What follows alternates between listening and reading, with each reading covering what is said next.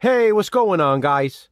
The Horror Man back, putting a positive spin on the 2022 remake of Firestarter.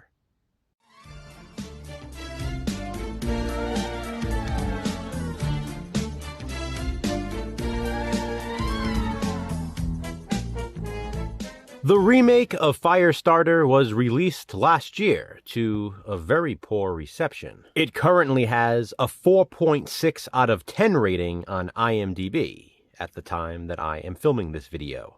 I want to start this positive spin by saying the same thing I'll probably say at the end of it. This Firestarter remake is everything I wish the original Firestarter was. Now, don't get me wrong, I don't dislike the original Firestarter.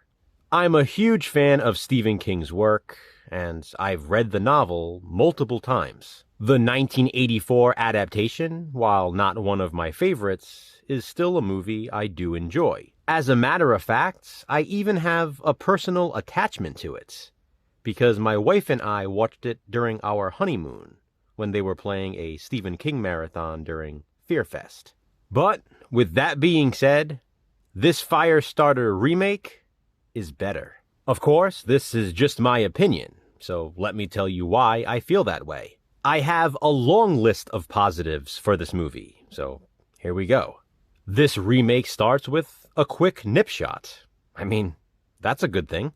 Then we get the opening credits, which actually establish the characters. It's like a two birds with one stone kind of thing. Speaking of which, I really like the casting.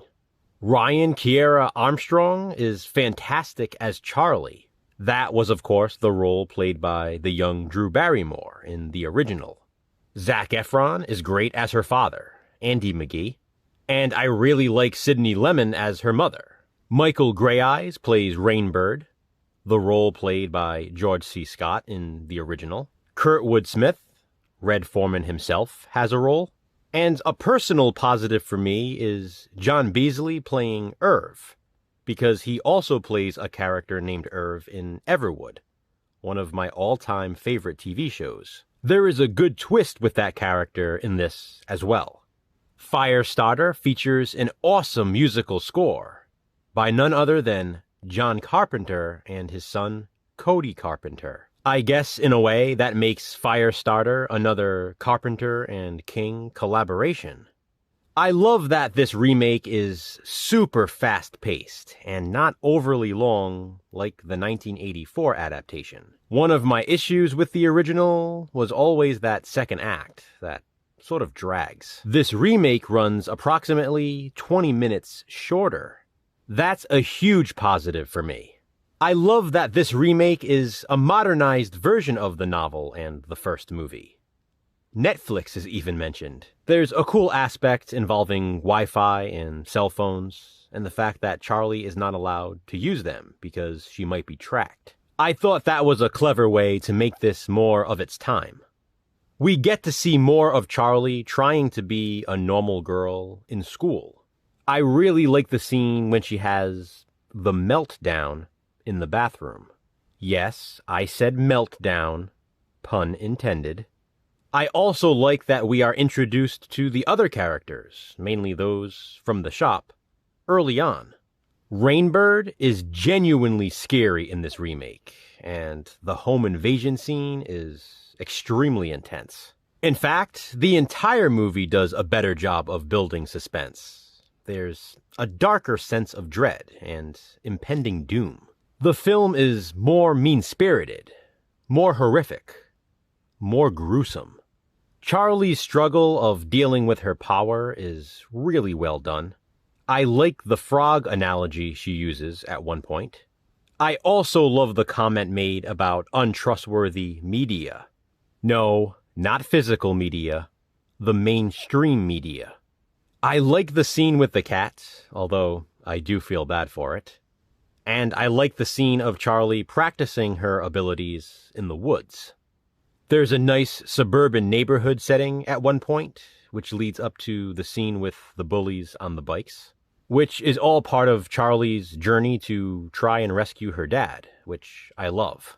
The look of the shop is really cool. and that ends up being the setting for the third act massacre, that is another huge positive for me. Included in that is a pretty shocking death. This remake uses just enough of the source material while still doing its own thing. In my opinion, that's exactly what a remake should do. This is what it costs. I love that line. And now I'll repeat my line from earlier. This remake of Firestarter is exactly what I wish the original was. From this point on, when I feel like watching a Firestarter movie, it'll be this one. I'm actually stunned at the hate this movie receives, and so was Jason. We really don't get this one, guys. Not only should Firestarter not be hated, but I'm surprised more people don't consider it to be better than the original. I know there are plenty of others who agree with me about its pacing issues. This remake certainly fixes that problem. So where's the love for it? By the way, it has an awesome ending too. Jason and I are beyond the point when we realize we will never, ever, ever understand what everyone wants in a remake. Truthfully, this one was amazing. I loved this Firestarter remake, and I absolutely prefer it to the original. But you don't have to agree. This is just my positive spin. Be sure to check out Jason's as well. To which hated movie will we next give a positive spin? Check back soon to find out. What are your thoughts on Firestarter from last year? Do you hate it? If so, comment below and let me know why. Thanks for watching, guys. Hit that thumbs up and, be kind, subscribe.